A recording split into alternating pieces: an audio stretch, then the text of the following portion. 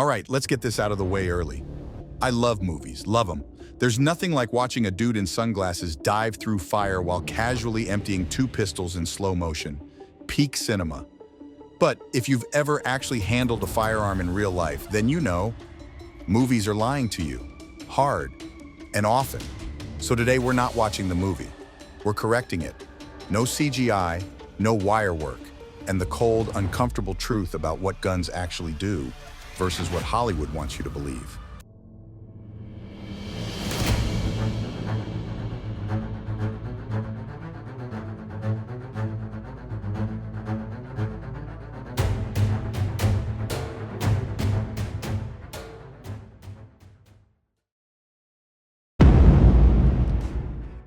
Myth number 1, suppressors make guns silent. You've seen it 100 times, maybe 1,000. Some shady hitman glides through a hallway, takes out 3 guards with a pistol that sounds like a baby's hiccup, and disappears into the shadows like a fart in the wind. Yeah, that's not how any of this works in the real world. Suppressors, or silencers as movies love to call them, do not make guns whisper quiet. They make them less loud. That's the key difference. We're talking about reducing ear-shattering gunfire down to something still very much ear-punching. An unsuppressed 9mm pistol hits around 160 decibels. That's louder than a jackhammer, louder than your neighbor's leaf blower at 6 a.m., louder than most rock concerts. Slap a suppressor on that same pistol and sure, you might drop it to about 130 decibels. Still loud enough to wreck your hearing. Still loud enough to scare every squirrel in a 2-mile radius. Think of it like putting a muffler on a monster truck. It helps, but you're still not sneaking through a library undetected. Suppressors are useful, no doubt. They reduce recoil. They cut down on muzzle flash. They make indoor shooting a lot less painful for your ears. But Hollywood acts like they turn your gun into a Nerf blaster. They don't. And unless the villain is creeping through a rave or everyone's got AirPods jammed in, you're still gonna hear it. Myth number 2. Movie guns never run out of ammo. Oh, this one's a classic. Nothing gets under my skin quite like it. You know the scene. Our hero's pinned down, totally outnumbered, probably bleeding from a dramatic face cut that somehow makes him hotter. He pulls out a pistol and just goes full auto. Pop, pop, pop, pop, pop, for like 10 straight minutes. No mag changes, no reload, just endless divine ammo from the heavens. And I'm sitting there, yelling at the screen like a dad at a little league game. Because that is not how guns work. Let's talk basics. Most standard pistols carry somewhere between 10 to 17 rounds in a magazine. Even extended mags only go so far. You're not clearing out a building with 200 henchmen unless you've got cheat codes activated and your ammo's on unlimited. In real-world shootouts, reloads are constant, and they're stressful. Even for trained professionals, swapping mags under pressure takes time. A second feels like a year when someone's returning fire. And the movie trope of dual-wielding pistols and never reloading? Please. That's a good way to run dry and die tired. Not only is it wildly inaccurate, but there's also no way you're counting rounds in your head while sprinting, rolling, and diving through flaming cars. You're lucky if you remember to breathe. You ever see a guy get into a real gunfight and forget how many rounds he fired? Happens all the time. Adrenaline turns your memory into a soup sandwich. That's why people train mag changes till it's muscle memory. Because that pause, that 1 or 2 seconds of reload, could mean the difference between walking away or getting wheeled out. So next time you see a hero fire 60 rounds from a 9mm without blinking, just know you're watching fantasy, not firearms. Myth number 3, shooting gas tanks makes cars explode. You've seen it in every action flick ever. Hero fires 1 round into a gas tank. The car instantly detonates into a fireball big enough to register on a weather satellite. Villains get launched into the air, windows shatter for miles, and everything looks like a Michael Bay highlight reel. But real life, not even close. Gasoline is flammable, but it's not dynamite. Shooting a car's gas tank with a regular bullet will usually just make a hole and spill fuel. Gasoline needs vapor, oxygen, and a proper ignition source to actually ignite.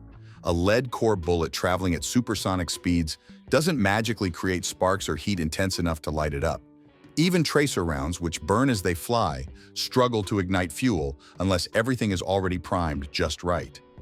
And those massive fireballs you see on screen? Those are usually created by dumping extra fuel or propane into a scene and setting it off with remote igniters. Hollywood magic, not real ballistics. What does happen when you shoot a car? You might cause a leak. You might disable it by hitting critical parts. But an explosion? Unless you're packing explosive rounds or firing into a cloud of fuel vapor while holding a lit match, it's not happening. Myth number 4, handguns shoot perfectly straight for miles. In action movies, you'll see a hero line up a shot, aim at some far-off target, and nail it from hundreds of yards away like they're using a laser beam. Handgun, one hand, wind blowing, maybe even on horseback. Perfect center hit every time. Reality is a little less glamorous. Handguns are designed for close to medium range. Most self-defense pistols are zeroed for about 15 to 25 yards. Past that, bullet drop, wind, and human error start stacking up fast. Even expert shooters struggle to hit consistently at 100 yards with a standard 9mm. It's possible, but it's not a quick draw trick shot like movies make it seem. Then there's the fact that bullets don't travel in straight, endless lines. Gravity pulls them down, wind pushes them sideways, and air resistance slows them. By the time a 9mm round hits 100 yards, it could be dropping several inches, and that's assuming the shooter is steady, sighted, and knows their holds. A pistol isn't a sniper rifle. It can be deadly at longer ranges, sure, but those movie scenes where someone tags a bad guy 2 football fields away without aiming? Pure fiction. The average shooter is lucky to keep tight groups at 25 yards without serious training. Beyond that, skill and luck start to look the same. Myth number 5, guns always knock the bad guy down instantly. In every action movie, the formula is the same. The hero draws, fires a single round center mass, and the bad guy drops like a marionette with the strings cut. It's quick, clean, and final. One shot, one body on the floor. But in reality, stopping a threat isn't that simple, and bullets don't work like Hollywood special effects. Most handguns and even many rifles don't produce the kind of energy transfer that shuts a person down instantly unless the shot hits something absolutely critical. The brain, the brainstem, or the upper spine. A shot to the torso, even a lethal one, doesn't guarantee an immediate collapse. The heart can still pump blood for several seconds, the brain can still function, and adrenaline can turn those seconds into an eternity. There are countless real-world incidents of suspects or attackers taking multiple rounds from service pistols, even rifles, and continuing to fight, move, or flee. Some have taken hits to vital organs and stayed mobile long enough to return fire or escape entirely.